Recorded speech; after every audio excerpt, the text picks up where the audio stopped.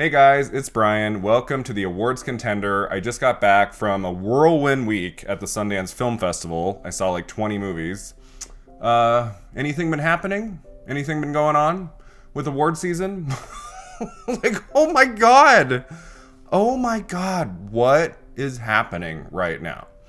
I've been interested in the Oscars since like I was a kid in the 90s. I follow all of these races and things year to year for decades, and especially since starting this YouTube channel, 3 years ago, I've been like putting a lot of intense focus into predictions and like who's gonna get nominated, who's gonna win. And to me, Oscar season, like January to March, is all about celebration, lifting up films, actors, directors, cinematographers, everybody. This is the part of the year where we celebrate cinema. But this year, it feels different, doesn't it? There hasn't been a whole lot of celebrating, right? Since early January, after the Golden Globes, we had the LA fires, which were just devastating and horrific, and our hearts have gone out to everyone affected by the fires. And so Oscar nominations were pushed back, Critics' Choice Awards were pushed back. Nobody was really in a celebratory mood in mid-January. And then we finally got the Oscar nominations, and like if you watch my reaction video, I was happy about certain things. But, when Emilia Perez kept getting nominated for like everything, I was like, really, Academy? I like that movie fine. You can go back and watch my review from September out of the Toronto Film Festival. There are things about that movie I responded to positively. I think some of the performances are good. Some of the musical numbers like have a lot of style. And I had a decent time at that film. I didn't love it. It wasn't on my top 10 of the year. It wasn't in my top 30 of the year, if I'm going to be honest. And I have been kind of dumbfounded, kind of shocked at how well this movie has done this award season. Like getting in at SAG and BAFTA and the Oscars, like overperforming to such an extent that I've been like, wow, really? For that movie? I do take issue with some elements of that film, and I haven't talked about Emilia Perez much on this channel since I reviewed it in September. I thought, like, maybe it can get into a few categories. I did not expect that film to do as well as it did. But I think at this point, the talk about Emilia Perez, like, goes beyond the quality of the movie itself. There have been so many controversies surrounding this movie. The director, Karla Sofía Gascón, nominated for Best Actress at the Academy Awards. Obviously, she has been in the news a lot the last 48, 72 hours. And I felt like I had to make a video addressing some of what's been going on in award season land right now. And I didn't want like my potential silence on this matter to make any of you think that I'm okay with some of the recent controversies that have come out about Emilia Perez, especially about Karla Sofía Gascón. We're going to get into it. I'm going to talk about it. There have been some controversies that I think have been overblown. I'll talk about a couple of those in this video. But let's start with Emilia Perez, everything that's gone down with this movie over the last few months. Again, in September, seeing this film at TIFF, I would not have expected it to do as well as it did at the Oscars. I also did not expect like the hatred towards this movie. I mean, anytime I talk about this film on the channel, anytime I like even give like the slightest praise to Emilia Perez, it's like the comments. I mean, there has been an uproar about this movie. What is it like at the very bottom of the Best Picture nominees of all time on Letterboxd? Like of all time, which has been kind of crazy. And it's got a really low audience rating on Rotten Tomatoes. And I think what like has really hurt this film is getting those 13 Oscar nominations, like more than any other. The second most nominations for this past year was 10. So I think people who have only vaguely been aware of this Oscar season, like seeing, oh, what is this movie that got 13 Oscar nominations? Oh, it's on Netflix. I can easily access this film. Let's watch it. And I think the majority of people are just like not understanding why anyone would like this movie, let alone love it and give it all of this awards attention, not just by the Academy and the Oscars, but basically at every big ceremony. In December, like early December, I would say, Emilia Perez wasn't winning very much, wasn't getting nominated for a lot, and I thought there for like a couple weeks, I thought, okay, well maybe it's not going to be like a big awards contender. But oh boy, you know, starting at like the Golden Globes, where it got into pretty much everywhere it could, and then it won Best Picture of the Year in comedy or musical over Wicked, which was surprising to me. And then to see it do as well as it did at Critics' Choice, it got into a bunch of categories at SAG. Like, I mean, for a while there, I thought maybe Emilia Perez could be competitive at SAG to win Ensemble. I don't think that's happening right now, as I'll talk about in my SAG predictions video. But at BAFTA, it did very well. Again, I mean, the Oscars, I mean, it was one Selena Gomez nomination away from tying the all-time record, you know, with All About Eve and Titanic and La La Land. Like, that almost happened. Some people have already been predicting like Emilia Perez is going to win Best Picture and things, and I'm like, I mean, even before these controversies came out in the last like 72 hours, you know, involving Karla Sofía Gascón and what she said about the I'm Still Here team and the resurfaced tweets, which I'm going to talk about. Even before that, I wasn't really feeling like Emilia Perez could do very well in terms of wins at the Oscars, outside of maybe 2 or 3 categories.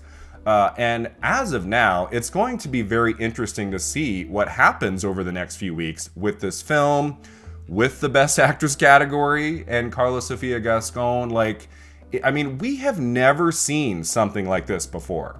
I mean, I thought the biggest controversy at the Oscars we would see for a while was the whole Andrea Riseborough situation from 2 years ago, when she got in unexpectedly into Best Actress at the Oscars for To Leslie, when she wasn't really a part of that season at all. It came out of nowhere, you know, and there was talk of like, you know, potential behind the scenes shenanigans, like, you know, a lot of her, you know, very well-to-do, you know, established actors, people like her friends, like somehow kind of like pushed her in there, you know, over some amazing talent like Viola Davis and Daniel Deadwyler. And that was kind of a weird couple weeks after Oscar nominations morning 2 years ago. But this time has felt a lot different, and not in a good way. I feel like every day I wake up to a new Oscars controversy when I just want to celebrate these films, and even the ones that I didn't like as much as others or whatever. It's like, you know, this is the time of the year I want to be lifting up people and movies, and instead it's like this constant barrage of negativity, of finger pointing. I haven't been very happy about how this award season is going. I don't know about you, but at the same time, like, we have to hold people to account for potential mistakes they have made in their past. And we can't just look away and say, oh, okay, well, you know, things happen. Like, no. Like, this has been an upsetting few days. And like, I don't hold any personal animosity toward anyone. Like, I'm not gonna sit here and attack a person, an actor who has said horrible things on social media and things. But when you are campaigning to win an Academy Award, you're nominated in one of those top categories, and, you know, everybody's watching your film, everybody is paying attention to what you're doing and saying, you do have a responsibility, you know, to be a decent human being and be respectful of others, respectful of other communities. You know, it's like, if you are spewing this hatred online, like, that's going to come to the surface when you're at this level, like at the, you know, the award season, being a major nominee in a big top category at the Oscars. And so Karla Sofía Gascón, I mean, this is bad. This is really bad, and I've never seen anything like this before in a previous award season. and I don't really know where we go from here. I mean, just like on a personal note, like in terms of like who I wanted to get into Best Actress at the Oscars, you know, Karla Sofía Gascón would not have been in my top 5. I probably would have had 5 to maybe 10 other performances that I think was more deserving in that category. I mean, come on, Academy. We could have put in Nicole Kidman, Angelina Jolie, also from a Netflix movie. You had Marianne Jean-Baptiste right there. Marianne Jean-Baptiste giving one of the most phenomenal performances of 2024. She got in at BAFTA, she got in at Critics' Choice, couldn't break in at the Oscars. You had Saoirse Ronan, you had Tilda Swinton, you had frickin' June Squibb. Some of this could have been avoided, It's like, why did we have to go so all in on Emilia Perez? I still don't understand the intense love for this movie from a lot of these voting bodies, but, that's kind of a separate issue. We have to take into account at this moment these recently resurfaced tweets by Karla Sofía Gascón and ask ourselves, where do we go from here? Because these aren't just like, oh, she said the wrong thing, like, maybe it's like out of context, we don't know. Like I have been sick to my stomach reading some of these things that she tweeted out in the last few years. And I'm like, this does not define like what Best Actress at the Oscars is all about. Like, this is not the kind of behavior anyone can get behind or defend. And it's disgusting, honestly, some of what I've read. It's disgusting. I'm not going to read any of those tweets for you. Like, I'm not going to do that. Like, if you want to go look at some of what was said, you can go online and find everything. But that tweet about George Floyd, that tweet about Hitler, that tweet about the 2021 Oscar ceremony, it is disgusting. And I'm like, we can't just look away from this and pretend like, oh, everything's fine, everything's normal. The next 4 weeks are gonna be like any 4 weeks leading up to a typical Academy Awards ceremony. It just, like, this is bad, and I'm curious to know what the Academy is going to do. I've seen a lot of chit chat online, like maybe they'll rescind her nomination, like maybe they'll put in someone else like in her spot, like Marianne Jean-Baptiste or something. That's not gonna happen. There have been some nominations rescinded before, like throughout the many decades of the Oscars. It's happened, I want to say, more than 5 times. I don't think it's ever happened in a top category. And look, it's not my decision to say like whether or not her nomination should be rescinded. That is a decision for others to make. Whatever they decide to do, I will accept that. But I do believe her participation in this award season has really cast a giant cloud over all of these deserving, incredible Oscar nominees in a variety of categories. It's like all we are seeing right now is the controversies surrounding Gascón and Emilia Perez. And I'm not seeing a lot of celebration about so much great work that went into cinema in 2024, and I find that very sad. What also makes me sad, of course, is that Karla Sofía Gascón is the first openly trans person to get an acting Oscar nomination. And I wish I could celebrate that. I wish that could be one of the great stories of this season because, on paper, that's great. But like all of this shit going down, we can't celebrate that. And instead, we have to have conversations like, should her Oscar nomination be rescinded? Like, this has been really, really complicated and ugly and nasty. This is the nastiest award season I have ever seen. I don't know about you, because it does go beyond just Emilia Perez. I mean, there have been things said and done about some of these other movies, controversies surrounding The Brutalist and Anora. And, it's like every day there's something new coming out about like, oh my God, did you hear about this story? Like something they did on set for this film. And it's like, wow. I mean, some of these things are being blown way out of proportion. Many of you have asked, like, what is my opinion on the Brutalist AI controversy? And here's the deal with that. I mean, obviously I've looked into it a little bit, and, you know, like AI, like hearing AI, I throw up in my mouth a little bit. I'm like, oh, like, you know, when I hear like, oh, this film used AI in certain sections, I am kind of two minds about it. I don't believe in using AI like in a film, you know, especially a film that's not like, you know, doesn't have a lot of visual effects and things. And, you know, it depends on the kind of film, I guess. But, you know, I don't love the idea of AI being used in The Brutalist. At the same time, it's very, very minor work being done. It's not like Brady Corbet like got to set one day and was like, you know, I don't feel like filming anything today. We'll just, you know, we'll put in the effects later and just use a bunch of, you know, AI or something. Like, that's not what happened. There's like very tiny uses of it in the movie. And here's the deal. There is a level of artificiality in any film you watch, whether it's like an indie film, whether it's a giant, you know, $300 million blockbuster.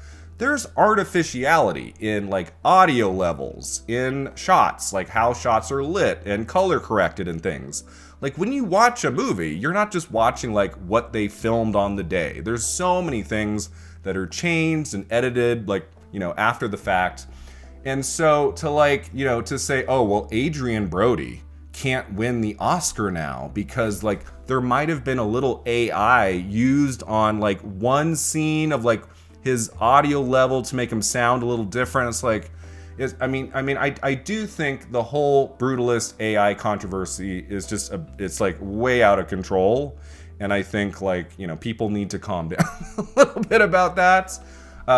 So yes, while, you know, I don't agree with AI like being used in arts and, you know, in filmmaking and stuff, you know, I also accept that in this time we're living in, like, there's going to be certain levels of artificiality in the movies that we watch, and we just kind of have to accept that. I still think The Brutalist is a brilliant film. It's one of the best films of 2024, and I don't think this controversy necessarily takes that movie down for me. I still think it's worthy and a great film that deserves to win a bunch of Oscars. The controversy about Anora was the one I was like, people, calm the F down. Like, what is going on here? For a few days on Twitter, like, people were up in arms that an intimacy coordinator was not used on the set of Anora because Sean Baker and Mikey Madison and, you know, other cast members said, you know, we feel comfortable, we don't feel like we need one.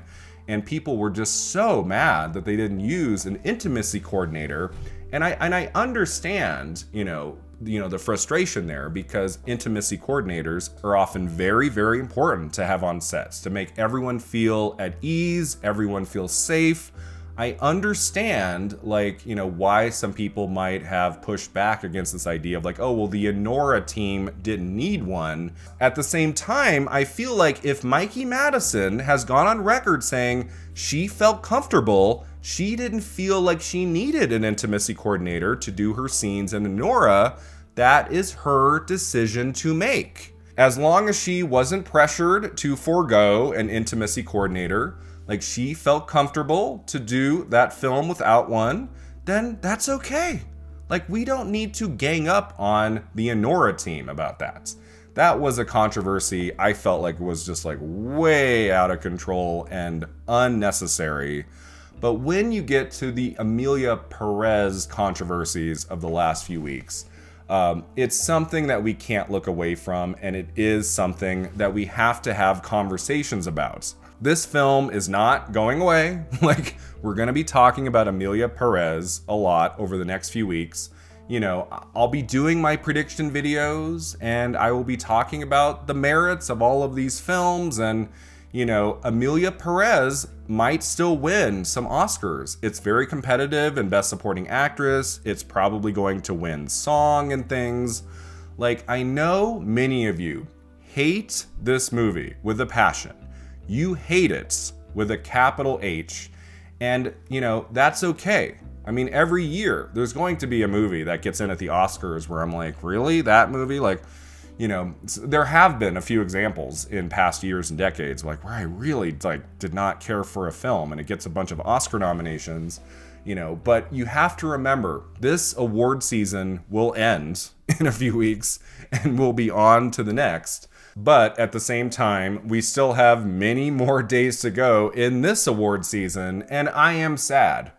I'm sad that the work of these filmmakers and actors is not being at the center of attention. It seems to be more about attacks being lobbied back and forth, between different fan bases, different films, different performances and things. Like Karla Sofía Gascón going after the I'm Still Here team and drudging up all this negativity. And, she tried to walk that back. She said, well, I'm not pointing fingers at Torres herself or, the people around her. But that didn't come off very well. And then all of these really horrific resurfaced tweets.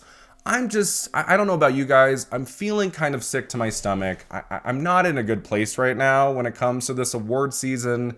I don't know what's going to happen at these upcoming precursor ceremonies and the Oscars, how they're going to handle, all of this controversy surrounding Gascón and Emilia Perez. I mean, they announced recently that they're going to do the acting categories at the Oscar ceremony like they did last year, having 5 people, previous winners probably, come out and talk about the nominated performances.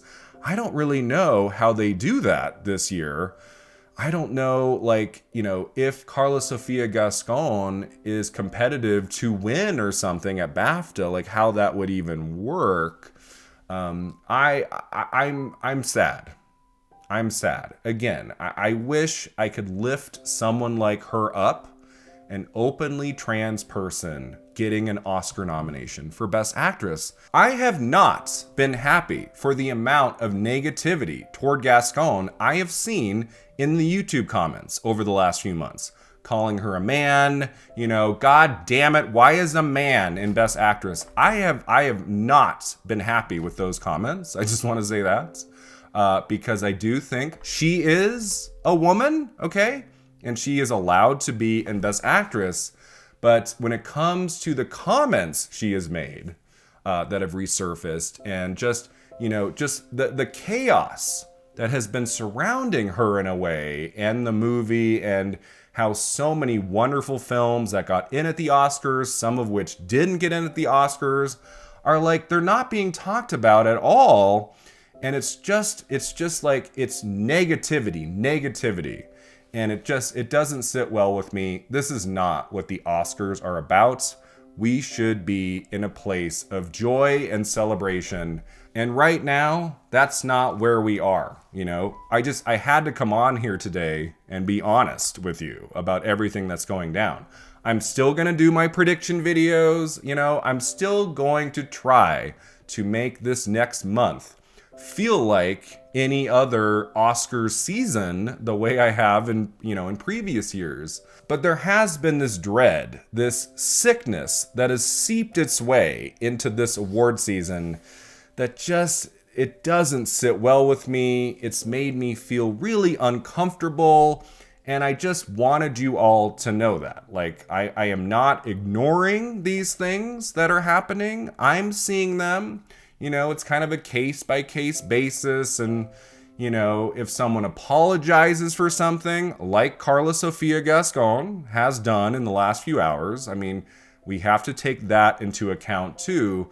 But it doesn't necessarily, just completely wipe out all of the negativity and all of the hatred that has potentially come out over the last few years. I really hope things in the coming days will calm down. I hope the right decisions are made, whatever they may be. I hope we don't have a bunch more controversies between now and the Oscars on March 2nd. I hope we can go back to celebrating great art, celebrating many of these incredible films we got in 2024, so many wonderful performances. I know I can be snarky at times on this channel, I'll make the occasional worst of video and, You know, I'll say, well, that performance wasn't very good, or that film didn't deserve to win. You know, I will be snarky here and there. I think some of you guys like that when I do that, you know. But, you know, for the most part, this is a channel of celebrating great work and lifting people up, lifting up great performances and movies.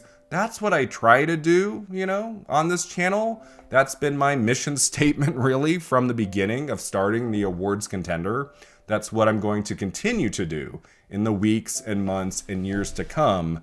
But at the same time, I thought it was important for me to acknowledge what is happening right now, this award season, and tell you that some of it is really disgusting to me. And I know it's disgusting for you too. So let's have a conversation about it. Let's see what happens over the next few days. Obviously, if there are like major developments with some of this over the next days and weeks, I might do a follow-up video talking about everything that went down. I mean, right now, Emilia Perez, it's not looking good for you. That's all I have to say in terms of like winning a bunch of trophies in the weeks to come. It's not looking very good.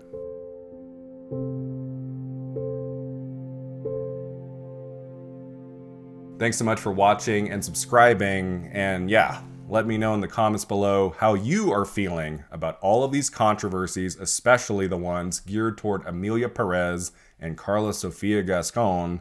And I will see you next time at the Awards Contender.